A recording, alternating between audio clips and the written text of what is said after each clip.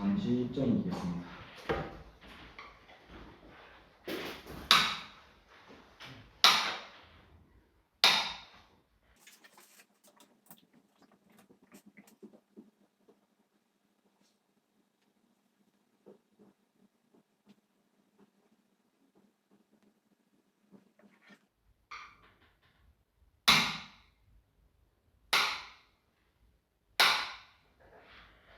다 함께 개경계하도록 하겠습니다.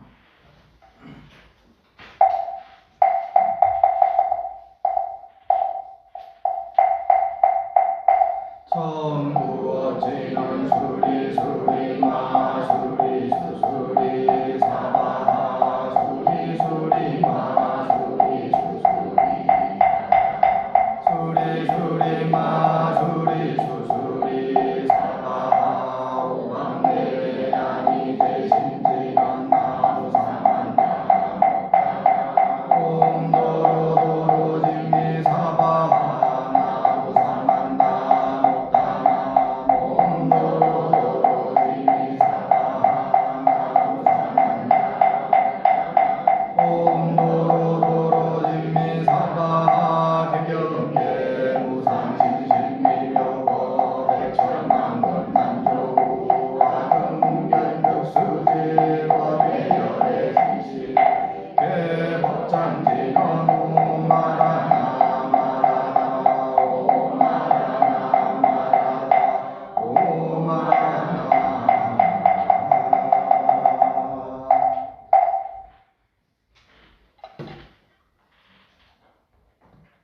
다들 잘 지내셨습니까? 네. 너무 오래간만에 보죠? 네. 이게 매주 절에 다니면서 이제 조금 습이 들어가지고 마음이 조금 이제 부처님 법에 물들려고 하는 중인데 일주일에 한 번 오는 것도 사실 그렇게 많이 오는 것도 아닌데 그죠? 많이 오는 것도 아닌데 지금 그놈의 코로나 때문에 3주를 내리셔 버려 놓으니까 조금 물들라고 한 게 싹 다 빠져버렸어. 그죠? 그래가지고 얼마나 기하급수적으로 다 까먹었었는지 아마 기억나는 거 아무것도 하나도 없을 거예요. 그죠? 뭐 3주 쉬는 동안에 별거 없으셨죠? 네, 천만 다행입니다. 그래도 김천은 다행히 우리 또 불교대학 이렇게 잘 운행이 되고 불자들이 열심히 기도하시고 이러다 보니까 별일 없이 이렇게 좀 그래도 뭐 별탈이 크게 없는 것 같습니다. 다행스럽게도. 그래서 앞으로도 이렇게 공부 열심히 하시고 기도 열심히 하시고 하시면은 코로나 별로 뭐 큰 문제 아니라고 생각이 되니까요. 다들 어쨌든 청정한데 마음을 쓰시고 위생관리 철저하게 좀 잘 해주시기를 당부를 드리겠습니다.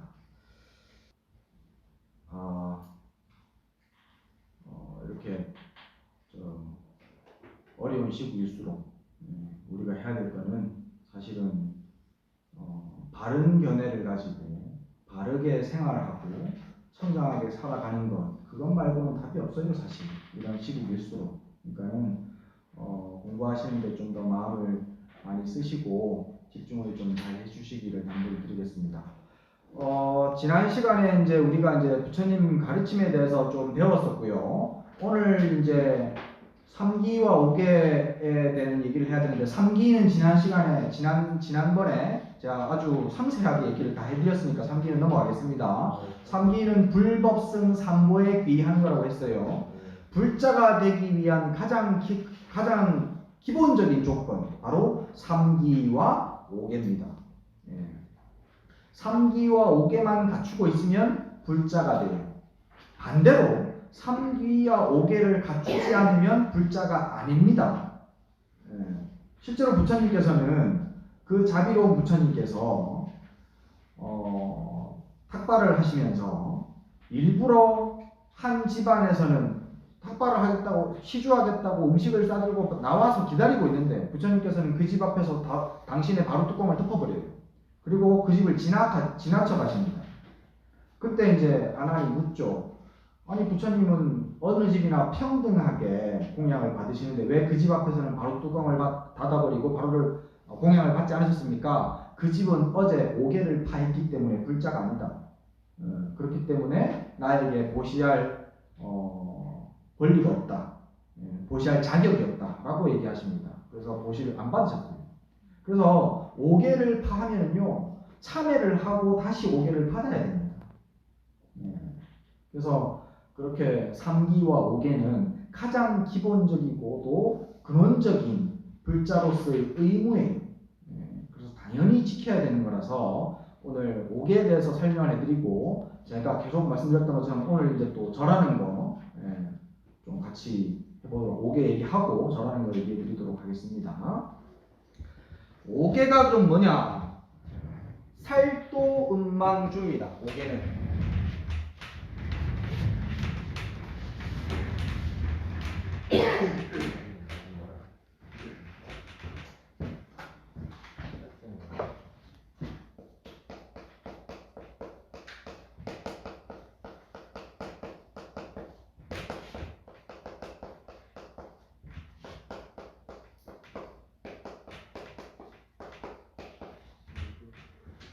이 5가지가 바로 5개인데요. 5가지 계율은 제가 알기로는 기독교나 천주교에도 이거 다 들어가 있다라고 알고 있습니다. 그러니까 인간이라면 당연히 지켜야 되는 근본적인 도덕이에요. 근본적인. 그래서 이거는 어느 종교나 다 똑같이 가지고 있는 계율이라고 생각을 해요. 살이라는 것은 살생하지 말라는 뜻입니다. 살생하지 말라. 살생. 그야말로 살아있는 것들은 죽이지 말라라는 말이에요. 살아있는 모든 것. 다시 말하면 식을 가지고 있는 모든 것. 식이라는 것은요. 아는 마음입니다. 아는 마음. 내가 좋아하는 것, 내가 싫어하는 것, 이거는 먹으면 죽는 것, 이거는 피해가야 되는 것, 이라고 스스로 느껴서 아는 것, 그것을 식이라고 불러요. 식이 있으면 윤회하는 존재입니다. 식이 없으면 윤회하지 않아요. 그래서 식이 있는 모든 생명체를 다 중생이라고 부릅니다. 그래서 그 살아있는 중생들을 싹 다 죽이면 안 돼요. 티베트 불교에서는요, 살아있는 일체 모든 중생들은 모두 다 과거 전생의 나의 부모님이다 라고 얘기를 합니다. 우리는 태어날 때는 항상 부모님의 힘에 의지해가지고 태어납니다. 그죠? 부모 없이 태어나는 존재 있습니까? 이 세상에? 살아있는 것들은 모두 다 부모의 영향을 받아서 태어나요. 그래서 부모가 무조건 있어야 됩니다. 엄마, 아빠가 무조건 있어야 됩니다. 어떻게든지 태어난다면. 중생은 모두 다 윤회합니다. 윤회라는 것은 지금 이 순간에 내가 물을 한 병을 다 먹어버리면 물이 사라져 버리는 것이 아니에요. 그죠? 물은 다만 위치가 내 몸속으로 바뀌었고 그 안에서 이렇게 소화활동을 거쳐가지고 땀으로 배출될 건 배출되고 또 오줌으로 나올 건 나와서 모양이 바뀌는 것이지 사라져 버리는 것이 아니에요. 그죠? 그렇게 모양이 바뀌어가지고 돌아가는 것이 윤회예요. 모양이 바뀌어서 그것을 확대해 보면은 내 몸이 죽는다고 해서 완전히 사라져 버리는 것이 아니라고. 내 몸에 지금 내가 듣고 아는 마음이 있잖아요. 그죠? 듣고 아는 마음이 그것이 나라고 집착함으로 인해 가지고 그 마음이 윤회를 합니다. 몸뚱아리는 죽어서 흩어져 버려요. 물기운, 불기운, 땅기운, 바람기운으로 해가지고 흩어져 버리지만 지금 이 몸을 유지해가고 있는 나라고 알고 있는 마음. 뭐시가? 라고 부르면 예 하고 대답하는 그놈. 그 마음이 나가 있다라고 집착함으로 인해 가지고 한번 상상해 보시면 돼. 내가 지금 몸뚱아리가 지금은 움직이고 있어가지고 별 문제가 없는데 내가 죽었어 몸뚱아리가. 그냥 마음대로 안 움직여. 마음이 죽는 건 아니거든요. 내가 계속 얘기했어. 내 마음이 늙어요. 안 늙잖아요. 그죠? 몸이 이렇게 상처가 났다 그랬고 마음이 상처가 나요? 안 난단 말이야. 몸은 늙고 병들고 죽지만 마음은 늙고 병들고 죽는 것이 아니요. 물질이 아니기 때문에. 그 마음이 나라고 집착하는 마음 때문에고 윤회합니다. 그 마음의 씀씀이가 짐승보다 못하면 다음 생에 짐승몸을 받는 것이고, 그 마음 씀씀이가 사람보다 월등하게 수승하면은 그러면 사람보다 월등하게 수승한 몸을 받는 거예요. 마음 씀이 어떠냐에 따라서. 모양 다리가 어떠냐는 중요한 것이 아니요. 개인데 사람보다 나은 개도 있잖아요. 그죠? 사람인데 개보다 못한 놈 있잖아. 그죠? 그러면 그렇게 되는 거예요. 그렇게. 제가 이제 강원에 학인들 가르치면서 한 번씩 보면 이렇게 특출나게 보이는 놈들이 있어. 놈들이라고 안 돼. 스님들이니까. 보이는 분들이 있어요. 강의하다 보면은 이렇게 딱 보면은 뭐 이상한 사람들이 있습니다. 그런 분들 중에 내가 한 번씩 이렇게 탁탁 던지면서 얘기를 하거든요. 스님은 딱 보면은 다음 생에 독수리다. 그러면 깜짝 놀라요. 스님 어떻게 하시냐? 내가 가끔씩 독수리가 되는 꿈을 꾼다. 딱 보면 독수리 같은 행동을 하고 살거든요. 그리고 또 한 스님은 또 스님은 다음 생에 무조건 흑돼지다. 그러면서 내가 억수로 많이 깔렸거든, 그 양반. 딱 보면 흑돼지가 보여, 그 양반. 꿀꿀거리고 싸. 말하는 것도 꿀꿀꿀해. 야, 되게 뭐라 했는데 그 양반 어떻게 사는지 몰라, 지금. 하여튼 엄청 내가 뭐라 했었는데. 좀 부지런해지라고. 보면은 그 사람이 마음 씀에 의해 가지고 다음 생에 어떤 몸을 보일지가 보여요.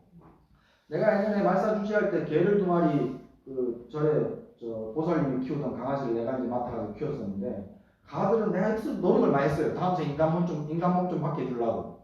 기도도 많이 하고 많이 가르치기도 하고 막 이렇게 여러 가지 노력을 해봤는데 내 노력이 좀 부족해가지고 걔들은 다음 생에도 개야.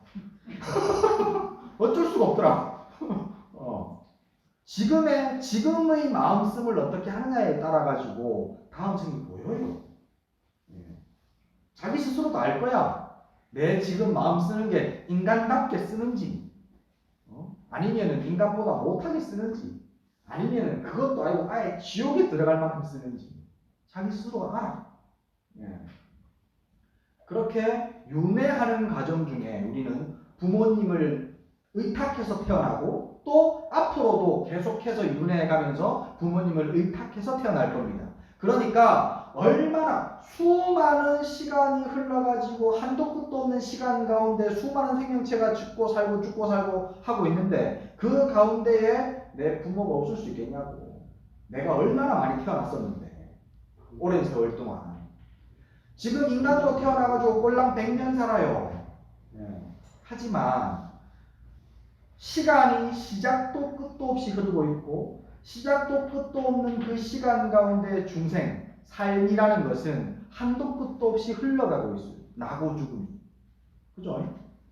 그 한도 끝도 없이 흘러가는 나고 죽음 가운데 꼴랑 100년, 하루살이를 사는 하루살이가 살아가는 하루와 인간이 사는 100년이 그 한도 끝도 없는 시간 가운데 무슨 차이가 있습니까?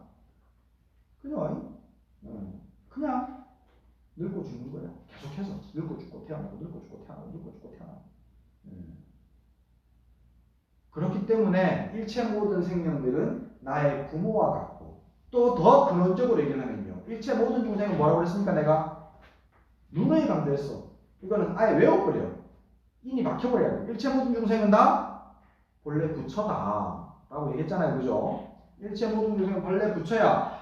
본래 부처의 자리에서 삐져나와가지고 내다라고 이렇게 내가 따로 존재한다라고 착각하는 것이 중생인데 본래 근원자리에서 보면요 마치 큰 바다에 파도가 일어나가지고 물거품이 잠깐 생겨났다 사라지는 거하고 똑같아. 중생 개개인은 그 물거품하고 똑같아. 그 물거품이 나다라고 얘기하는 거하고 다른 게 없다고. 물거품도 잠깐 생겨났잖아. 그럼 좀 있으면 물로 다시 돌아가. 우리도 그렇다고요. 알기만 알면 바로 부처로 돌아갑니다. 근데 몰라서 자꾸 또 물거품 꼴렁꼴렁 태어나는 물거품만 난 줄 알아서 문제가 되는 거예요. 어쨌든 그렇게 모든 살아있는 중생들은 다 부처이고 근원적으로 따지고 보면 그리고 조금 더 나와서 중생의 입장에 생각해봐도 모든 살아있는 생명체는 과거 전생의 나의 부모였고 앞으로 나의 부모가 될 존재들이에요. 그래서 죽이면 안 돼요. 부처님이 왜 살생하지 말아라고 얘기를 했냐면요. 살생을 많이 하면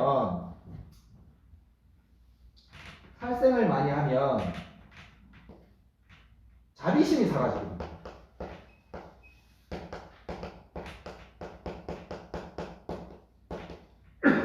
자비심이 사라져요.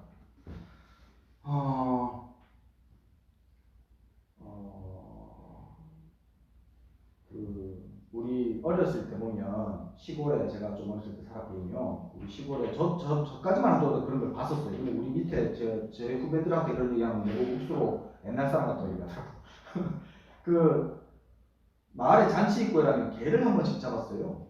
근데 그 개 잡을 때 보면은 난 딱 한 번 봤는데 그다음부터는 난 개 잡다 하면 도망갔었어. 보기 싫어가지고. 개 잡는다 그러면은 큰 개를 큰 나무에다가 담그라매. 그러고 두드러 패. 네. 그래갖고 잡더라고. 그런 거 안 봤어요? 뭐 안 본 것처럼 했어. 안 봤다고. 시골 애들 다 마을에서 그렇게 했는데 옛날에는. 그래요. 이상하네. 돼지 잡는 것도 한번 봤어. 돼지 잡을 때도 보면은 다 이렇게 리아가에다가 손발 딱 묶어가지고 목에다 푹 꽂더라고 이렇게. 그죠? 그래갖고 피 질질 나고 닦고. 자, 그렇게 개를 잡고 돼지를 잡고 그렇게 진짜 막 자기가 손수 막 이렇게 잡는 사람들이 계속해서 막 뭐 한 달에도 몇 번씩 그렇게 잡아. 그러면은 우리는 지금 그 얘기만 들어도 막 그러고 막 몸서리 치고 막 닭살 돋고 하잖아요. 그 사람은 그렇게 마음에 거리낌이 생길까요? 안 생기겠죠. 왜 그러냐면요. 너무 살생을 많이 했기 때문에 인이 박혀가지고 익숙해져 버렸거든요. 그래서 그것을 잡으면서도 일을 하는 것이지 그것이 생명체를 죽이는 것이 아닌 거예요. 자비심이 사라진 거예요. 그 생명체를 바라보는. 그 생명체는 단지 돈 벌기 위한 수단일 뿐이야. 그러니까 자비심이 없어져 버렸어. 폭력을 자꾸 행하고 살생을 자꾸 저지르다 보면요. 익숙해져 버려가지고 자비심이 자꾸 사라집니다. 저는 요즘에 젊은 애들, 이제 어린 애들, 여기 이렇게 신도분들이 애들 데리고 종종 오시거든요. 제가 애들 데리고 와라. 문제 있다 그러면 무조건 내가 데리고 와라. 그래서 데리고 오면요. 문제가 있든 없든 어쨌든 데리고 오면요. 애들한테 항상 하는 말이 그거예요. 뭐 제일 먼저 하는 말. 이름 묻고 나이 묻고 난 다음에 제일 먼저 묻는 말이 너가 게임 많이 하나? 라고 묻습니다. 요즘에 그 학교 폭력이 자꾸 이제 좀 뭐라 그래야 되지? 가격해지고 애들끼리 장난 수준을 넘어선 얘기들이 많잖아요. 그런 경우들이. 그게 저는 게임 때문이라고 생각하거든요. 저는. 게임 속에 피 튀기고 칼로 물고 다니면서 다른 거 죽이고 거기서 아이템 얻고 뭐 또 무슨 성 빼들게 해가지고 다른 거 죽이고 뭐 어쩌고저쩌고. 저도 게임 안 좋아하는데 안 하는데 저는 보니까 그렇더라고. 그런 거를 노상 하루에 2-3시간씩 해. 최소한. 그런 걸 매일매일 하루에 2-3시간씩 몇 년을 해. 그러면 현실 속에서도 좀 약한 애들이 있고 또 나랑 좀 다른 애들이 있으면 그럼 우 몰려가가지고 그냥 우 때리는 거예요. 당연하게. 그렇게 때리면서 거리낌이 없어져요. 아까 그 개 잡는 사람처럼. 그래서 폭력이 좀 더 심해지는 것 같다라는 생각을 저는 해요. 그래서 저는 애들 게임하는 걸 참 위험한 일이라고 생각해서 게임 저는 되도록이면 못하게 하는 게 좋다고 생각하거든요. 그래서 애들은 이렇게 무조건 하지 마라 하면 안 되니까 좀 줄여라 이렇게 얘기하죠. 근데 어쨌든 그렇게 살생하는 업들을 자꾸 가까이 하다 보면은 자비심이 사라집니다. 그래서 살생하지 말라는 말을 자비로워지라는 말로 대체할 수 있어요. 자, 살생하지 말라고 하는 것으로 우리가 이제 만약에 하지 말라는 것에 초점을 맞추면 살아있는 모든 것은 죽이지 말아라 라고 얘기했으니까 그러면 싹 다 죽이면 안 돼. 파리도 모기도. 그죠? 예. 그 대승불교는요. 대승과 남방불교를 나누는 가장 근원적인 기준점이 바로 계율을 어떻게 해석하느냐에 대한 문제에서 벌어집니다. 남방불교는요. 계율을 있는 그대로 하지 마라 하면은 그냥 안 해. 그냥 그걸. 근데 대승불교는요. 하지 마라 했으면은 왜 그걸 하지 마라고 했는지에 대한 이해를 먼저 합니다. 그래서 대승불교는 살생하지 마라라는 말보다는 자비롭게 살아라는 말을 좀 더 크게 생각해요. 좀 더 크게. 좀 더 크게. 그래서 자비로운 것이 우선이에요. 살생을 한다 안 한다보다는. 제 이제 선배 스님 중에 여러 명이 이제 저희 강원에 있고 공부할 때 한참 그때 막 그 미얀마 가서 공부하고 오고 하고 이런 게 주로 유행이었어요. 그때 막 이렇게 막 붐이 일어나서 20년쯤 전에. 그래가지고 그 저희 선배들 중에는 남방 가서 공부하고 오신 분들이 많습니다. 그분 중에 한 분이 한번 얘기를 나한테 해주시더라고. 거기서 몇 년간 수행을 하고 공부를 하는데 거기는 부처님이 하지 말라고 하는 것만 안 하거든요. 무조건. 그러니까 살생하지 말라고 했으니까 절대 살아있는 생명체 죽이면 안 돼요. 파리고 모기고 뭐 찐득이고 뭐 이고 간에 죽이면 안 돼. 그래서 날씨가 더운 나라니까 항상 저녁에 일과 끝나고 나면요. 꾸띠라고 해가지고 1인용 방을 하나씩 줘요. 1인실에. 그러면은 전부 다 다리 벌리고 앉아가지고 그 사타구니 사이에 이 같은 것들이 많이 생긴다네요. 자꾸 씻고도. 그래서 그거를 부드러운 집게로 잡아가지고 밖으로 보내줘. 부드러운 집게로 잡아요. 그걸 계속 했대. 몇 년을, 몇 달을. 몇 달 동안 계속 저녁만 되면 그렇게 해가지고 잡아서 보내주고 하다가 어느 날 이렇게 다리 벌리고 사타구니 쳐다보다가 내가 이거 뭐하는 짓이고 하는 생각이 들더랍니다. 그래서 며칠 뒤에 돌아왔다고 하더라고요.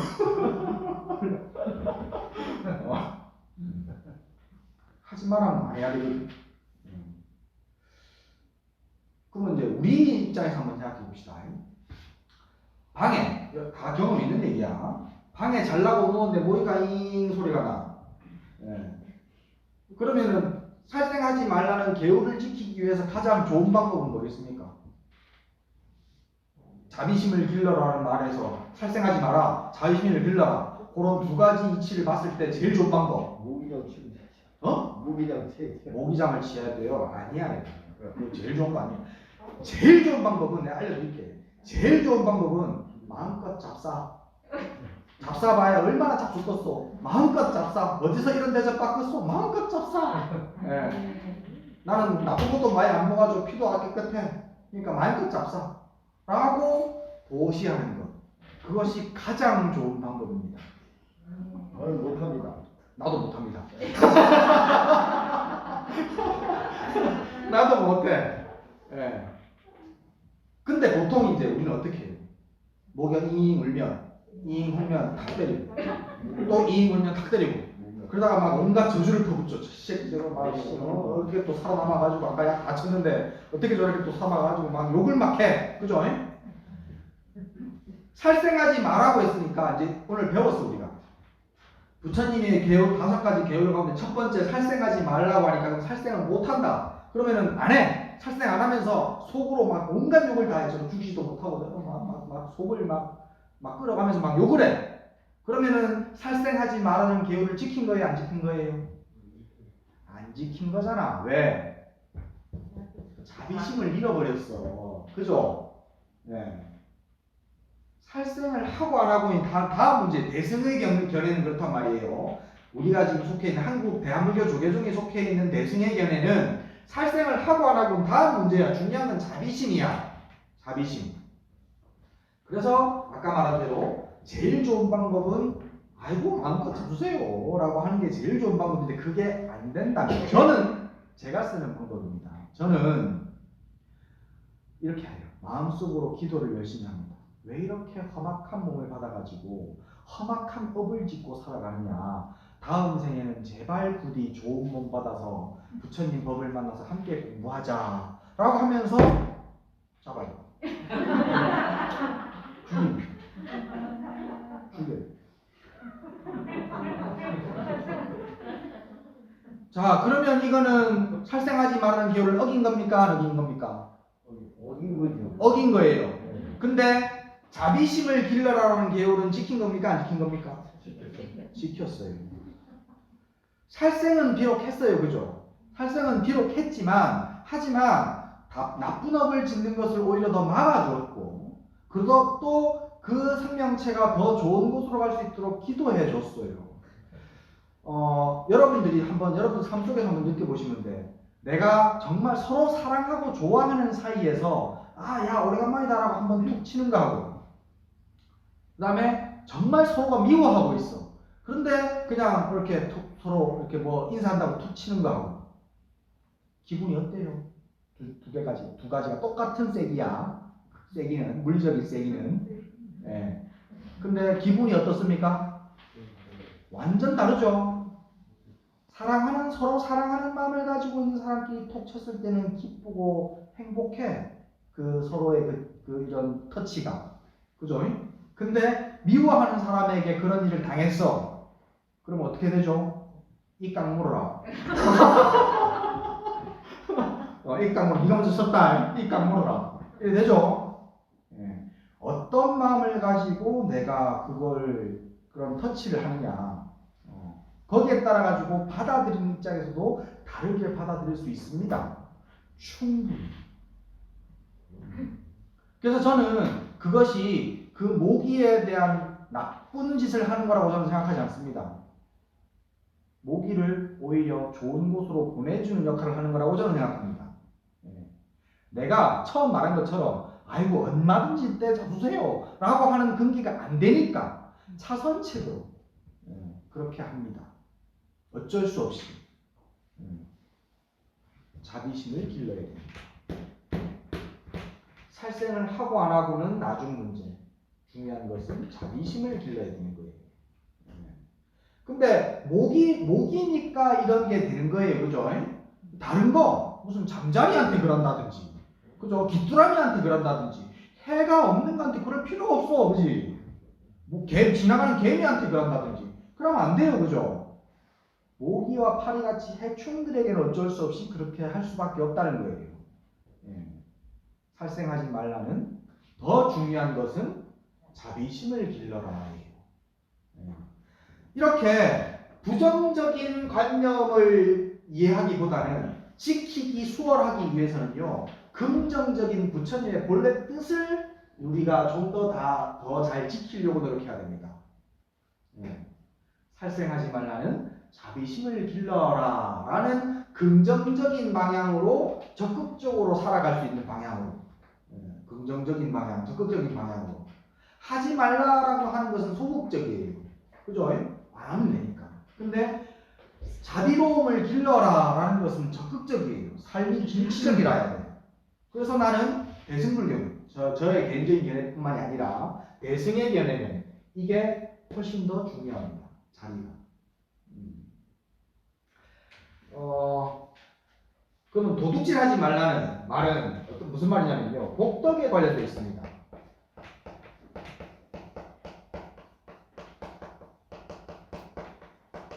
복덕. 우리가 1,000원짜리 한 물건을 하나 가게에서 가져왔으면 1,000원을 주고 나와야 되죠. 그죠? 세상에는 모든 것이 그렇습니다. 비어있는 자리는 채워져야 되고요. 가져왔으면 더 줘야 되고요. 항상 모든 것은 왔다 갑니다. 항상 무조건. 그래서 세상에 공짜가 없다는 말은 진실이에요. 무조건. 내가 거기에서 1,000원짜리를 가져왔으면 그러면 1,000원짜리를 주고 와야 되는 것이 세상 이치입니다. 근데 만약에 내가 1,000원짜리를 갖고 왔는데 아무것도 안 주고 그냥 툭 있어. 그러면 1,000원짜리 대신에 뭐 다른 거를 줘야 되겠, 다른 게 거기 채워져야 되겠죠? 뭐를 두고 오는 거냐면 나의 복덕을 두고 오는 겁니다. 도둑질은 그런 거예요. 물질을 가져오는 대신에 내 복덕을 두고 오는 겁니다. 그래서 도둑질하지 말라는 계율은요, 복을 짓고 살아라는 뜻으로 이해를 해야 돼요. 도둑질하지 말라는 계율에 의거하자면요, 뭐가 도둑질이냐면요, 주지 않은 물건을 내 것으로 가지고 오면 그건 싹 다 도둑질이에요. 싹 다. 예. 그 햄버거 먹으러 가가지고 거기에서 냅킨 같은 거 이렇게 뽑아 쓰게 돼 있잖아요. 예, 뽑아 쓰게. 그리고 그 대신 그 뽑아 쓰는 거 말고 또 이제 처음 햄버거 줄 때 좀 주잖아. 근데 뽑아 쓰는 것을 거기 있는 직원들한테 묻지 않고 그냥 가져오면 도둑질입니다. 엄격하게 얘기하면 주지 않았으니까. 예, 허락 받고 가져와요. 얘기하고. 그 정도로 하지 말라라는 입장에서만 자꾸 이해를 하면요, 너무 삶이 타이트해요. 그래서 그러지 말고 복덕을 지으라라는 긍정적이고 적극적인 삶의 자세를 가져가는 것이 훨씬 더 좋습니다. 복덕을 쌓아.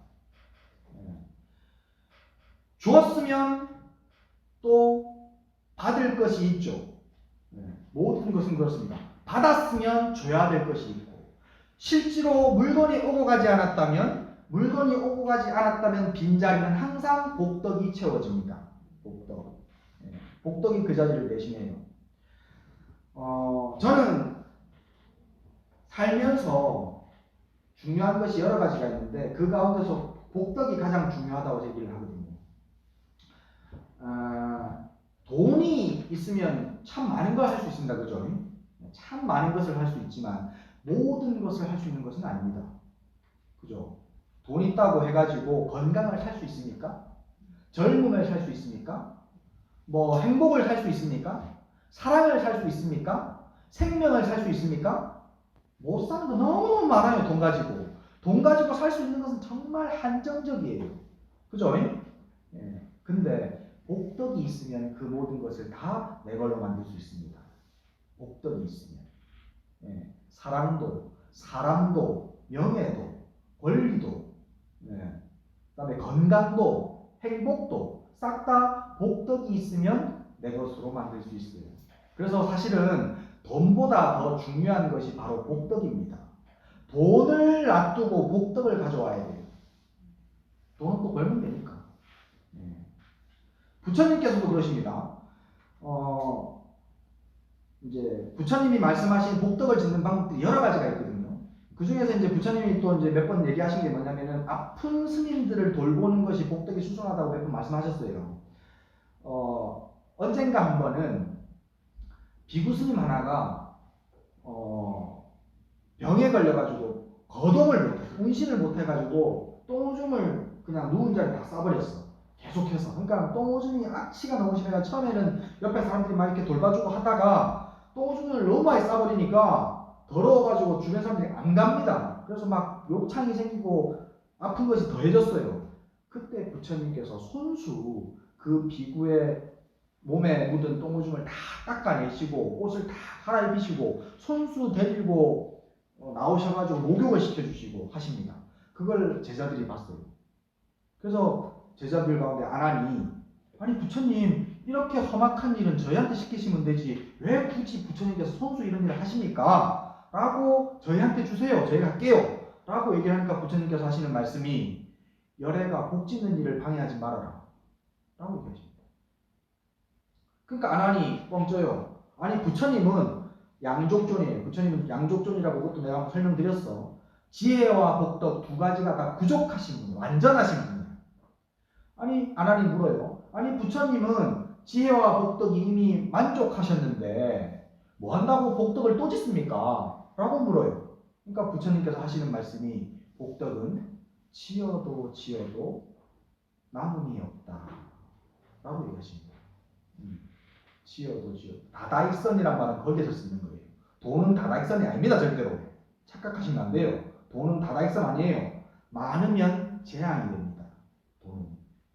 하지만 복덕은 많을수록 좋아요. 많을수록. 부처님마저도 지혜와 복덕이 이 세상 누구보다도 가장 수승하셨던 분인데도 불구하고 복덕을 짓는 것을 방해하지 말아라고 얘기하시거든요. 그래서 복을 짓는 것이 어떤 것보다도 살아가는 데 있어 세속적인 삶을 살아가는 데 있어 더욱더 가장 중요하다고 볼 수 있습니다. 예. 복을 짓는다고 하는데요. 복 짓는 거 별로 어려운 거 아니에요. 꼭 무슨 뭐 돈이 많아가지고 그 돈을 들여가지고 절을 뭐 큰 걸 짓고 뭐 돈을 많이 들여가지고 뭐 수많은 생명을 살리고 이거 별로 이것도 좋긴 좋지만은 꼭 그래야만 되는 게 아니에요. 웃는 얼굴로 다른 사람을 대하고 부드러운 말로 다른 사람을 대해서 그 사람들이 기뻐하고 나도 함께 기뻐할 수 있으면 그게 바로 복 짓는 거예요. 꼭 물질적인 것이 왔다 가가지고 그것이 빈자리를 채워서 복덕을 짓는 것이 아니라 그뿐만이 아니라 좋은 얼굴, 부드러운 말 한마디, 그게 다 복을 가져옵니다. 여러분들은 그 부드러운 얼굴, 돈 드는 거 아니에요, 그죠? 그렇게 또 쇠가 빠지게 노력해야 되는 것도 아니야. 그냥 아침에 일어나가지고 세수 한번 하면서 이빨 닦으면서 거울 닦고 다 한번 이렇게 웃는 연습 한번 하면 돼. 그러면 쉽게 나와야 돼. 그 복덕을 짓는 일을 하루에 몇 번이나 하세요?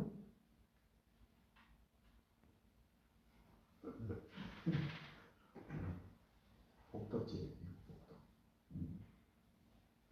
도둑질 하지 말라는 말은 복덕을 지어라는 말로 할 수가 있어. 복덕을 지어라는 말이 훨씬 더 큰 의미야. 음행하지 말라, 사음하지 말라. 정확한 개요는 사음하지 말라거든요. 사음이라는 것은요, 정식적인 부부 관계가 아닌 관계는 싹 다 사음입니다. 부부 관계가 공식적으로 허락되어져 있는 관계 이외는 싹 다 사음이에요. 사음하지 말라고 하는 이유는요, 사음을 많이 하면은 청정이 사라집니다. 청정. 왜 그런 분들 많이 있을 거야. 주변에 보면은 특히 할아버지들 막 젊었을 때 남봉꾼으로 살다가 나이 들어가지고 이렇게 막 추하게 늙어가시는 분들 주변에 본 적 있죠? 많죠? 네. 젊었을 때는 인물 좋고 호대 멀쩡하고 돈도 잘 벌고 그래갖고 잘 나갔어. 그러니까 온갖 남봉질을 다 하고 다녔어. 네. 그러면 나이 들면은 그 청정함을 다 써버렸기 때문에 청정함이 세워져 나가가지고 더럽혀져서 나이 들면 들수록 지저분해져요. 나이가 들면 들수록 젊었을 때에 비해서 점점 더 좋아 보이는 사람들도 있습니다. 반대로. 그죠? 젊었을 때는 이제 하이 피죽도 하나 못 먹고 사는 것이 보이는데 나이가 들면서 얼굴이 펴지고 누구나 다 보면 푸근해 보이고 가서 기대고 싶고 얘기하고 싶고 그리고 호레비 냄새 같은 것도 안 나고 그런 분들이 있어요. 청정하게 살았기 때문입니다. 그래서 사음하지 말라는 말은 청정하게 살아라는 의미를 더 크게 이해해야 돼요. 청정하게 살아라. 지금 코로나가 번지고 있는 전 세계의 이런 문명에서는요, 이게 아주 중요한 말입니다. 청정하게 살아라는 것이. 지금 우리가 산업혁명 이후에 이 경제가 막 너무 이렇게 폭발적으로 발전하다 보니까 너무 이 정조관념 이런 개념들이 너무 희박해졌어요. 너무 방탕하게 살았어요. 인간들이. 먹는 것도 방탕했고요. 이렇게 성생활도 방탕했고요. 그렇게 방탕한 삶이 자꾸 이어져 오다 보니까 코로나라는 전염병이 번진 거예요. 청정함이 결여되어서. 그래서 지금 필요한 것은요, 청정함입니다. 청정함.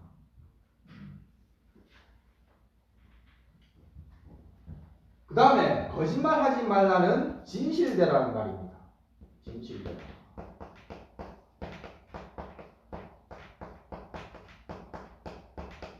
진실. 거짓말하지 말라는 계율에 의하면요, 사실이 아닌 것을 얘기하면 싹 다 거짓말이에요. 흰색 거짓말 이런 것도 필요 없어. 무조건 거짓말이에요. 무조건 사실대로만 얘기해야 돼. 그래서 만약에 거짓말하지 말라는 계율만 지키고 살면요, 스스로 고리타분한 사람 됩니다. 주변에 사람 아무도 없어요. 어떨 때는 좋은 거짓말도 필요합니다. 그죠? 예. 근데 중요한 것은 진실. 그 사람이 진실되냐, 거짓되냐. 예. 진실된 삶을 살아가라는 뜻이에요.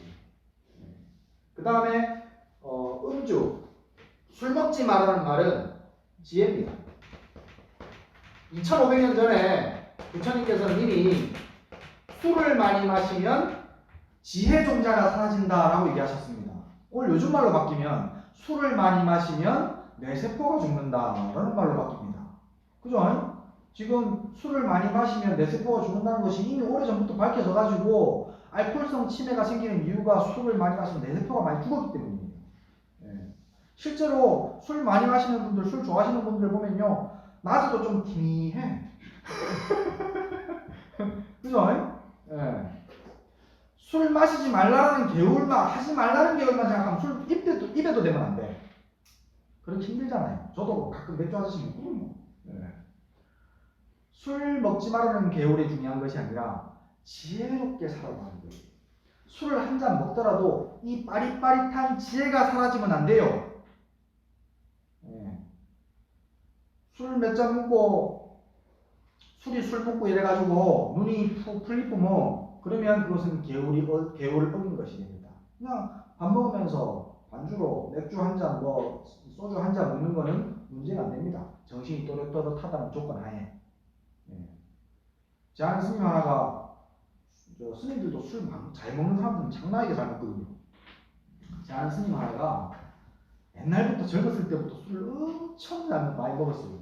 근데 그 양반은 술을 못 끊더라고. 계속 술을 먹더라고. 몇 년 전에 이제 오래간만에 제가 만나가지고, 저는 원래 술을 많이 마시는 사람이 아닌데 그냥 한두 잔 그냥 이렇게 밥 먹으면서 다른 사람이 먹으면 같이 먹고 하는데 그 스님이 자꾸 먹더라고. 그래가지고 자꾸 또 나한테 먹이길래 좀 몇 잔 먹었어요. 몇 잔 먹고 나서 그 양반이 원래 술고래라가지고 술 먹어도 안 변했거든요. 그래서 나는 인정을 했어. 술 먹어도 된다고. 이 정도면 술 먹어도 되겠다. 아무리 많이 먹어도 똑같으니까. 근데 나이가 드시니까 술 몇 잔 먹더만 소주 반 병도 안 먹었어. 눈이 싹 풀리더라고. 그러니까 나 대박 뭐라 했어. 아니 수행자라는 사람이 술 몇 잔 먹고 눈이 그렇게 풀려가지고 술 먹을 자격이 됐느냐? 되게 뭐라 했어. 그러니까 내가 요새 그렇다. 질질 울어. 이제는 술 먹으면 안 돼요. 술을 마시면 지혜의 종자가 사라집니다. 지혜가 사라지지 않을 정도만 마시면 됩니다.